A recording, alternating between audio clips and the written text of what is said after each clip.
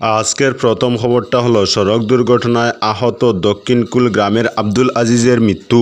সড়ক দুর্ঘটনায় গুরুতর আহত দক্ষিণকুল গ্রামের আব্দুল আজিজের মৃত্যু ঘটল। রবিবার রাতে শিলং নিগরিমস হাসপাতালে নেওয়ার পথে মারা যান আজিজ।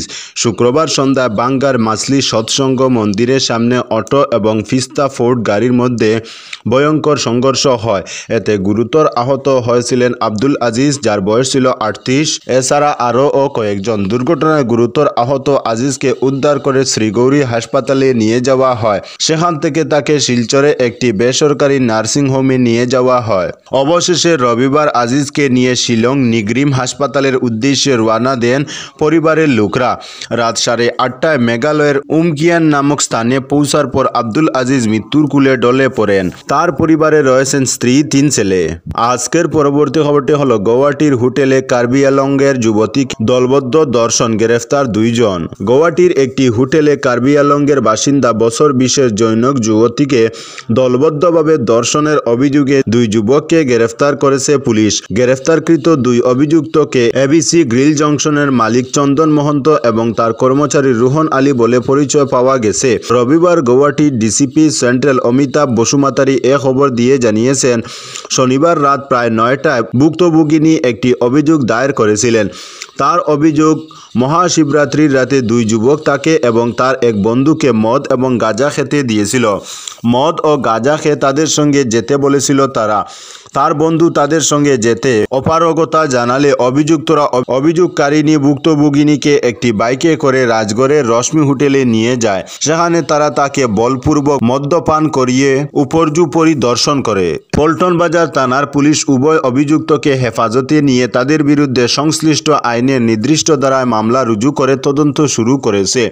অপরাধীদের বিরুদ্ধে কঠোর ব্যবস্থা নেওয়ার আশ্বাস দিয়েছেন ডিসিপি সেন্ট্রাল অমিতাভ বসুমাতারি। আজকের পরবর্তী খবরটি হলো নির্বাচনের হাওয়া তুলতে অ্যাডভান্টেজ 2.0 এর আয়োজন, বললেন সুস্মিতা।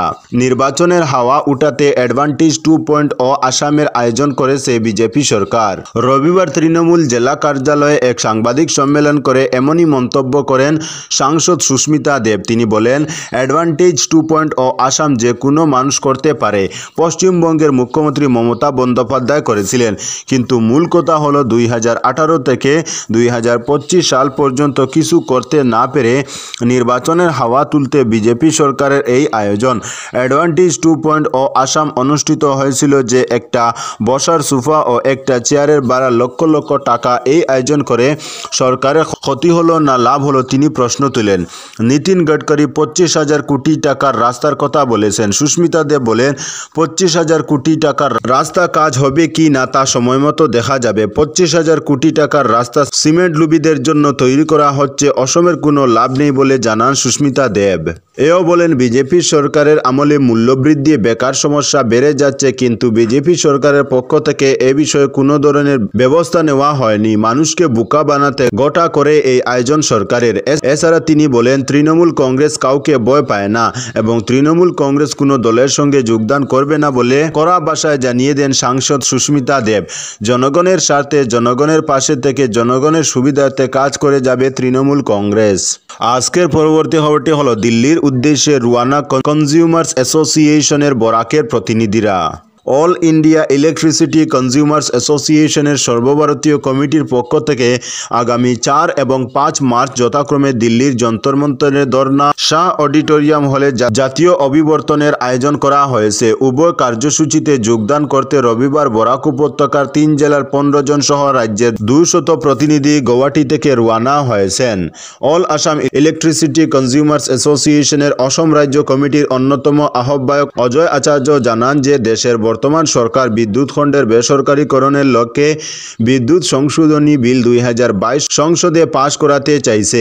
এই বিল আইনে পরিণত হলে বিদ্যুৎ উৎপাদন ক্ষেত্রের মতো বিদ্যুৎ বিতরণ ব্যবস্থা কর্পোরেটরদের হাতে চলে যাবে। ফলে বিদ্যুতের বিল বাজারের চাহিদা অনুযায়ী বৃদ্ধি পাবে এবং তা সাধারণ গ্রাহকদের নাগালের বাইরে চলে যাবে। তিনি বলেন, স্বাধীনতার পর 1948 সালে যে বিদ্যুৎ আইন তৈরি হয়েছিল তাতে বিদ্যুৎকে একটি অত্যাবশ্যকীয় পরিষেবা হিসেবে গণ্য করা হয়। এবং তা দেশের অর্থনৈতিক উন্নয়ন ও বিকাশের জন্য সর্বত্র পৌঁছে দেওয়ার পরিকল্পনা নেওয়া হয়। জনগণের ট্যাক্সের টাকা এবং বিদ্যুৎ খণ্ডের শ্রমিক কর্মচারীদের অক্লান্ত পরিশ্রমে আজ যখন বিদ্যুৎ সর্বত্র পৌঁছে গেছে, তখন দেশের কর্পোরেটররা মুনাফা অর্জনের লক্ষ্যে তা নিজেদের কুক্ষিগত করতে চাইছে। আজকের পরবর্তী খবরটি হলো সনবিলের আনন্দপুরে উড়ল আনন্দের গুড়ি, সামিল বহু লোক। এশিয়া মহাদেশের দ্বিতীয় বৃহত্তর বিল সনবিলকে ঘিরে বরাক উপত্যকাবাসীর এমনিতেই যথেষ্ট উচ্ছ্বাস রয়েছে। আর এই বসন্তের সনবিলে নীল আকাশে উড়ল সহস্র গুড়ি। লাল, নীল, হলুদ, সবুজ কিংবা বেগুনি সব রং ছিল গগনভেদী আনন্দের বার্তা ছড়িয়ে দিতে। স্থান সনবিলের আনন্দপুর গ্রামের 14 মাদল কীর্তনের মাঠ। মুকাম কালীবাড়ি পেরিয়ে গ্রামের মেঠো পথে কিছুক্ষণ এগিয়ে গেলেই চোখে পড়ে ছোট ছোট শিশুরা মুক্ত বাতাসে গুড়ির সুতা টানছে। প্রায় 3 শতাধিক কচিকাচাদের হাতে রবিবার বিকেলে গুড়ি তুলে দিলেন বার্ষিক গুড়ি উৎসবের আয়োজকরা। তো বন্ধুরা, আজকের জন্য এতটুকু। পরবর্তী কোনো নতুন ভিডিওতে দেখা হবে, তখন অবধি ধন্যবাদ।